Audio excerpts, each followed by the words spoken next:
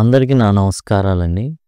ఎవరైతే టెట్‌కి ప్రిపేర్ అవుతున్నారో ఎస్‌జీటీ వాళ్ళైతే పీసీవీ టెట్ 2020 sgt.blogspot.com అదే స్కూల్ అసిస్టెంట్ ఇంగ్లీష్ గనక రాస్తున్నట్లయితే మొత్తం 90 మార్కులకు గాను పీసీవీ ఇంగ్లీష్ essay.blogspot.com 30 మార్కులకేమో ఇక్కడ విజిట్ అని ఉంటుంది. దాన్ని టిక్ చేయాల్సి ఉంటుంది. మిగతా 60 మార్కులు వచ్చేసి మీకు ఇవన్నీ కూడా ఉన్నాయి, వరుసగా ఉన్నాయి. ఓకే, న్యూ టాపిక్స్ ప్లేలిస్ట్ ఉంటుంది ప్రతి దాంట్లో కూడా. అండ్ ఎస్జిటి వాళ్ళకి కూడా ఏదైతే ఉందో న్యూ టాపిక్స్కి సంబంధించి ప్లేలిస్ట్ ఉంటుంది. మీరేంటంటే బ్లాగ్ని కొంచెం జాగ్రత్తగా చూడండి. ఏంటంటే ఇది జస్ట్ మీరు అట్లా చూసేసి నేను ప్రిపేర్ అవుతున్నా అనుకుంటే కాదు.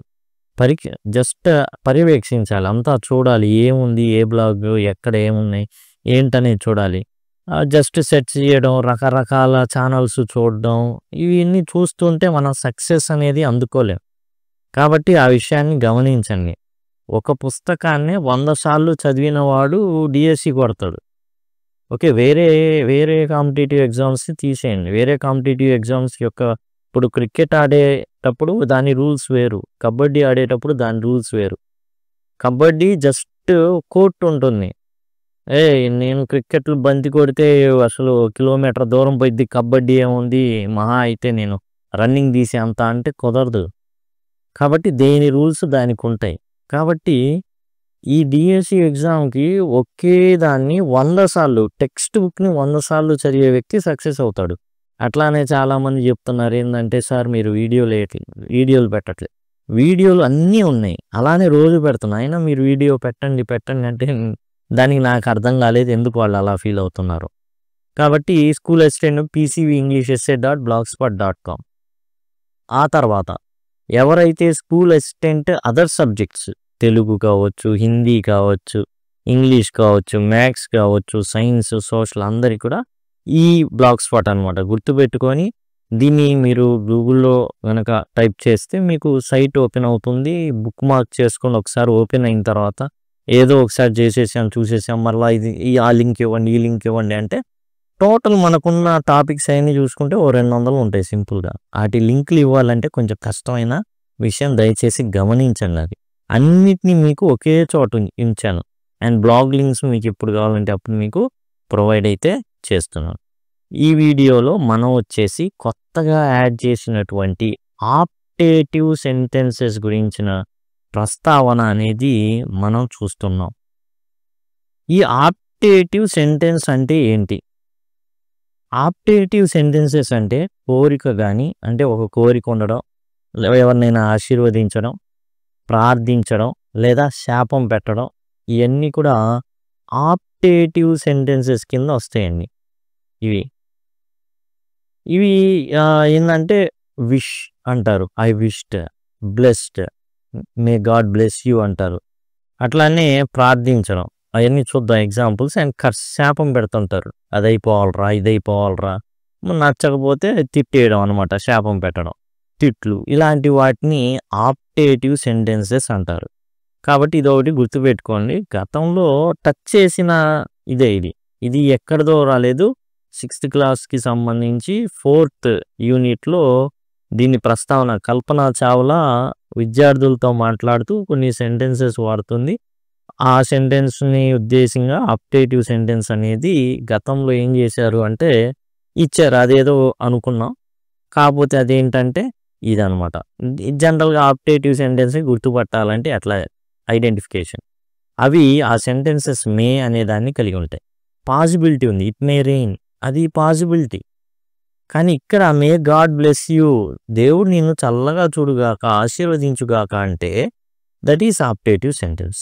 విష్ అనమాట, ఒక విష్ కోరుకోవడం, నీ జీవితం మామూలుగా గుడ్ మార్నింగ్, గుడ్ ఈవినింగ్ అంటుంటాం కదా, అది కూడా విషెసే.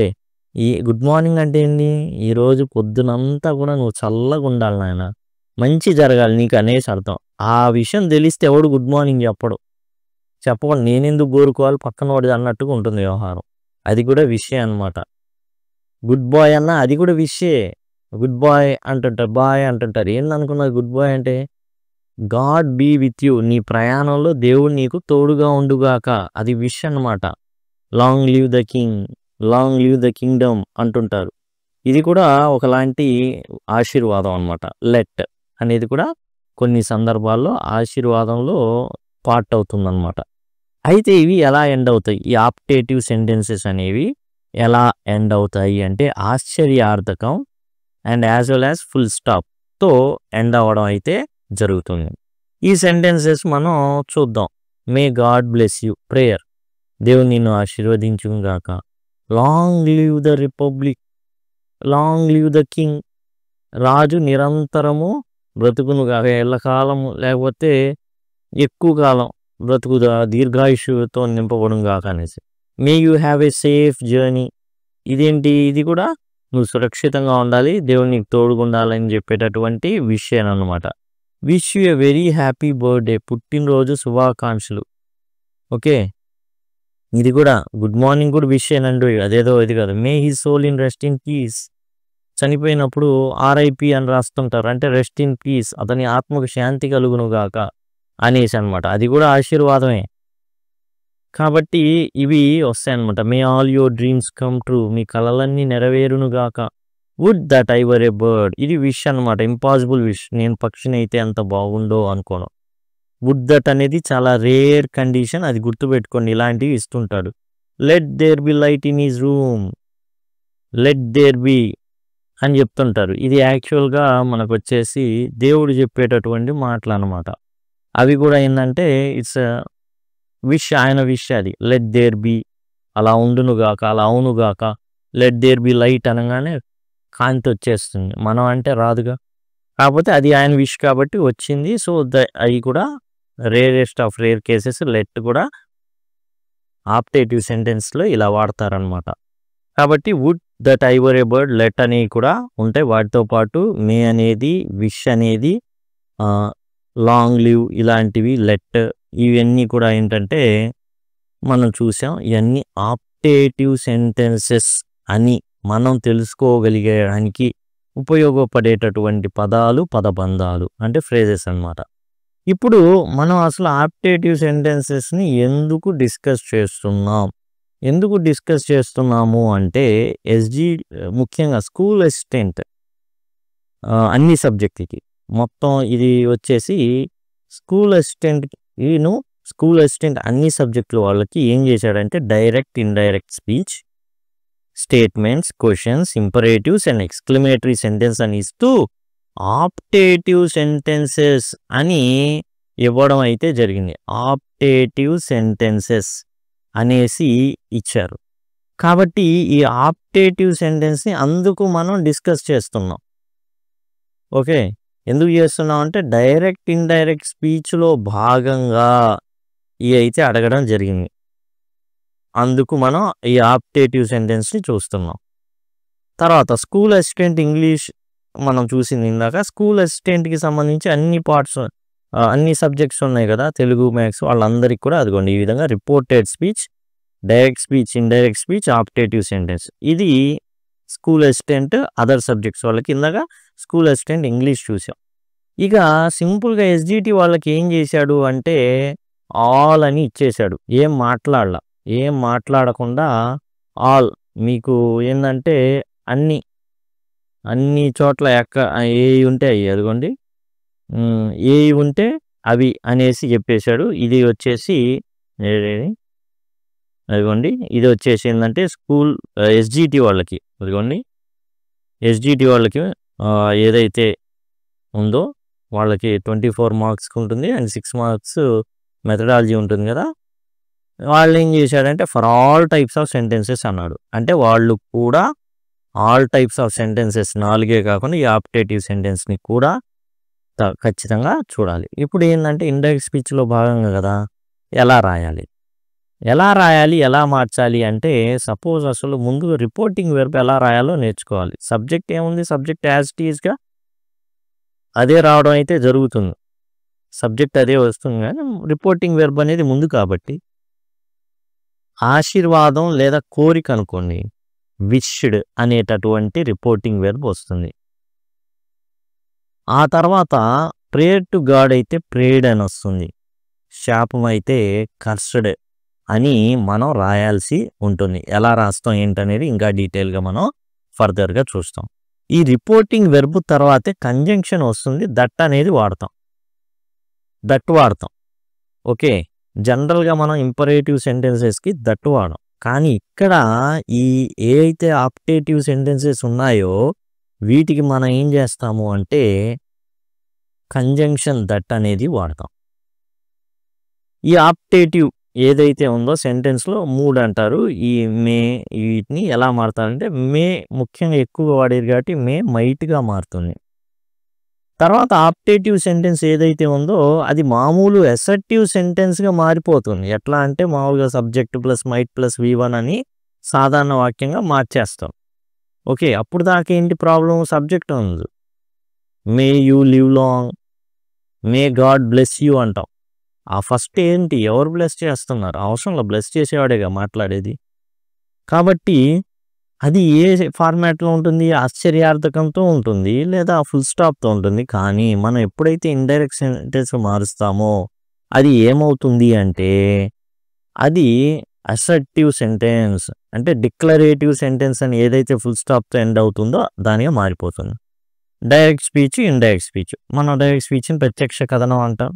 అండ్ ఇండైరెక్ట్ స్పీచ్‌ని పరోక్ష కథనం అంటాం. ఎందుకు అంటామో తెలుసు. మనం అక్కడే ఉన్నాం అనుకోండి. జనరల్‌గా మాట్లాడినట్టు చెప్పేస్తే ప్రత్యక్ష కథనం అంటారు. మాట్లాడింది కాకుండా కొంచెం మార్చి చెప్తాం అనమాట. వాడు అలా అన్నాడు అనేసి అంటాం. అది పరోక్ష కథనం అవుతుంది. ఓకే. ఇప్పుడు మెయిన్ మన ఎగ్జామ్ టాపిక్‌లో వచ్చేటటువంటిది he said may you succeed అన్నాడండి. దీన్ని ఎలా మారుస్తాం? ఇది రిపోర్టింగ్ వెర్బ్ అండి. సెడ్ అనేది రిపోర్టింగ్ వెర్బ్. మనం ముందు ఏం చెప్పుకున్నాం? రిపోర్టింగ్ వెర్బ్ అనేది విష్డ్ గాని ప్రేయిడ్ గాని కర్స్డ్ గాని వచ్చిద్దన్నాం. హీనే సబ్జెక్ట్‌గానే ఉండిద్ది అనుకున్నాం. అదిగోండి సబ్జెక్ట్‌గానే ఉంది. ఈ సెడ్ కాస్త ఏమైంది? విష్డ్ అయింది. చెప్పుకున్నాం కదా విష్డ్ గాని కర్స్డ్ గాని ఈ విధంగా వస్తుంది. విష్డ్, కర్స్డ్ ఇలా. తర్వాత దట్ అనేటటువంటి కంజంక్షన్‌ని వాడతాము అని చెప్పుకున్నాం. ఈ రిపోర్టింగ్ వెర్బ్ తర్వాత వాడాం. మే యూ సక్సీడ్ నీవు విజయం పొందుగాక అన్నాడు. యు అంటే ఎవరు? ఎదురున్న నన్నేగా. ఎదురు ఎవడుంటే వాడు. అతను ఏమన్నాడంటే నాకు విజయం దొరకాలని అతను కోరుకున్నాడు. ఇది తెలుగులో తర్వాత అయ్యేది. యు బదులు ఐ వచ్చేసింది. మే మైట్‌గా మారింది. సక్సీడ్ అయింది. మారిందల్లా ఏంటంటే సెడ్ మే యు ఏదైతే ఉందో ఇది. సెడ్ కాస్త విష్డ్ అయింది. ఇన్వర్టెడ్ కామాస్ పోయినాయి. అసర్టివ్ సెంటెన్స్ అవుతుంది కాబట్టి అదేదో ఇంటరాగేటివో కాదు కాబట్టి ఏమవుతుంది? యు అనేది ముందు ప్లేస్ చేయాలి. యు అంటే అక్కడ ఎవరు? ఓ పెద్దాయన వచ్చాడు మిమ్మల్ని ఆశీర్వదించాడు. కలకాలం వర్ధిల్లు నాయనా అని. ఎవరిని ఆశీర్వదించాడు? ఆయన వచ్చి నన్ను కలకాలం వర్ధిల్లు అని ఆశీర్వదించాడు తెలుసా అంటాం. నన్ను అంటే ఎవరిని? ఐ మే కాస్త మైట్ అవుతుంది. ఇక్కడ ఏదైతే వెర్బ్ ఉంటుందో వీటిలో అదే వెర్బ్ ఇక్కడ వస్తుంది. వి1 అనమాట. The old woman said May God bless you. ముసలోళ్ళు దేవుడు నిన్ను చల్లగా చూడాలయ్యా అంటారు. కాబట్టి సెడ్ కాస్త ఏమవుతుంది? This is the reporting verb. Wished అవుతుంది లేదా ప్రేయిడ్. విష్డ్ అయినా ఓకేనా? మనకు అక్కడ ఇచ్చేదాన్ని బట్టి ఏబిసిడిలో ప్రేయిడా, విష్డా, కర్సుడా అక్కడ మనం చూసుకోవాలి. మంచిగా చెప్పారనుకోండి విష్డ్ రాసుకోవచ్చు, ప్రేయిడ్ రాసుకోవచ్చు. ప్రాబ్లం ఏం లేదు. ద ఓల్డ్ వుమన్ ప్రేయిడ్ లేదా విష్డ్. కంజంక్షన్ రావాలి. రిపోర్టింగ్ వెర్బ్ తర్వాత కంజంక్షను తర్వాత గాడ్. ఈ ఏదైతే ఇక్కడ ఉందో సబ్జెక్టు అది ముందుకు వస్తుంది. ఓకేనా? God might bless you. You అంటే ఇక్కడ మీ. ఏమన్నా యూ కాస్త మీ అయిపోతుంది. ఆ విషయాన్ని గమనించాలి. ఓకేనా? ఇక్కడ యూ అన్నీ కూడా మనకి యాక్చువల్గా ఉంటాయి. అయితే ఇక్కడ మనకి ఏదైనా సెకండ్ది వస్తే అప్పుడు మనం గమనించుకోవాలి అయినా హీనా అనేది. The passenger said may I reach my destination safely. ఓ ప్యాసింజర్ అడిగాడు ఏమనంటే అయ్యా నా గమ్యానికి నేను ప్రశాంతంగా అంటే ఏమన్నాడంటే passenger may I reach my destination safely. నేను నా గమ్యాన్ని సురక్షితంగా చేరుగాక అని ప్రేయర్ చేసుకున్నాడు. ఓకే. గాక అనేది వస్తుంది. Old language. తెలుగులో ఓల్డ్ లాంగ్వేజే. చల్లగా ఉండుగాక ఇలాంటివి మనం చూస్తూ ఉంటే శుభం భూయాత్ ఇలాంటి కొన్ని సెంటెన్స్ పదబంధాలు ఉంటాయి. The passenger prayed. Okay. Said కాస్త ఎట్లా మారింది? ప్రేడ్ అయింది. ఓకే. ఇన్వర్టెడ్ కామాస్ తీసేసి కంజంక్షన్ పెట్టాలి. దట్ పెట్టేసాం. జనరల్గా ఏమనుకుంటారంటే ముందు వస్తే ఇట్స్ ఇంట్రాగేటివ్ అనుకొని ఇఫ్ వాడాలా అని అనుకుంటారు. తప్పు. ఈ ఆప్టేటివ్ సెంటెన్స్కి ఇదే main. The passenger prayed that. Passenger వాడు ప్రేయర్ చేసుకుంటున్నాడు భయం వేసి. ఏమని? అయ్యా దేవా, నన్ను నా గమ్యస్థానానికి ప్రశాంతంగా హ్యాపీగా చేరేటట్టు చూడు అని. The passenger prayed that. I కాస్త హీగా మారుతుంది, మే కాస్త మైట్గా మారుతుంది. అంతే. ఇక రీచ్. మై కాస్త హిజ్. Destination safely. ఈ విధంగా ఉంటుందన్నమాట. Next, she said to me long live your brother. ఏం చెప్పింది? నీ బ్రదరు దీర్ఘకాలం జీవించుగాక అని శపించిందా? లేదు, ఆశీర్వదించింది. She wished. Said to me కాస్త విష్డ్ దట్. ఇక్కడ విష్డ్ మీ అని అనాల్సిన అవసరం లేదు, ఎందుకంటే వాళ్ళ బ్రదర్ని కదా ఆశీర్వదించి, అందుకని. షీ విష్డ్ తర్వాత ఏం రాయాలి? దట్ అనేది కంజంక్షన్ రాయాలి. ఇక్కడ యువర్ బ్రదర్ కాస్త మై బ్రదర్ అవుతుంది. మైట్ వస్తుంది ఇక్కడ, మే లేకపోయినా లివ్ లాంగ్. ఇక్కడ అంతా కూడా ప్లే అయ్యేది మైట్ మాత్రమే. ఇండైరెక్ట్ స్పీచ్లో ఇక్కడ అంతా కూడా మైటే వస్తుంది. ఈ ఆప్టేటివ్ సెంటెన్సెస్ని గమనించుకోవాలి. He said may you go to hell. నా రకానికి పోతావురా నువ్వు అనే ఒకటి ఉంటుంది, మేమే ఒకటి ఉంటుంది, మేము ఒకటి ఉంటుంది. నా రకానికి పోతావురా అదేంటి? ఆశీర్వదించినట్ట, శపించినట్టు. హీ సెడ్ బదులు కర్సడ్ వస్తుంది. ఇక్కడ ఇన్వర్టెడ్ కామాస్ తీసేసి కంజంక్షన్ దట్ పెట్టాం. యూ అంటే ఎదుటిన్నోడిని అంటున్నాడు కాబట్టి అక్కడ ఇద్దరే ఉంటే ఇక్కడ ఐ అయిపోతుంది. I might. ఓకే. మైట్ మే ప్లేస్లో మైట్. గో టు హెల్ అయితే ఫుల్ స్టాప్. అన్నిటి ఫుల్ స్టాప్ రావాలి చివరిలో. ఓకే. ఎందుకంటే ఇది అసర్టివ్ సెంటెన్స్ లేదా declarative sentence which ends with full stop ఏదైతే ఉందో అది వస్తుందన్నమాట. విష్ వచ్చి దట్ అనే సెంటెన్స్ కొన్నిసార్లు మనకి ఏబిసిడి ఇస్తాడండి, అందులో దట్ రాకపోతే ఇదేంటి?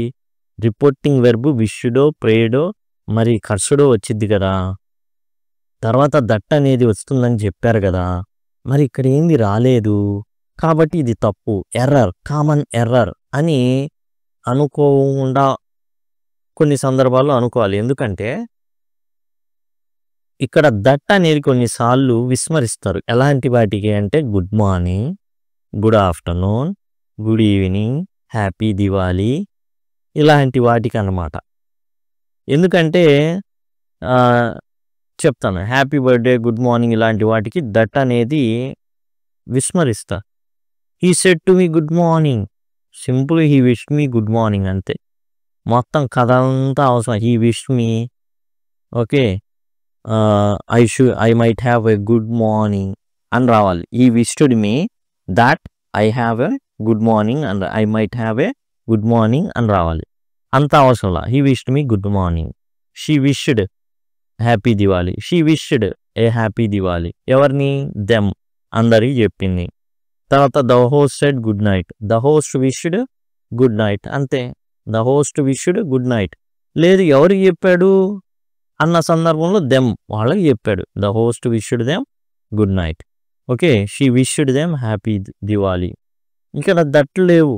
ఓకే. మనం అదంతా చూసి దట్లేదు కాబట్టి తప్పు అని అనుకోకూడదు.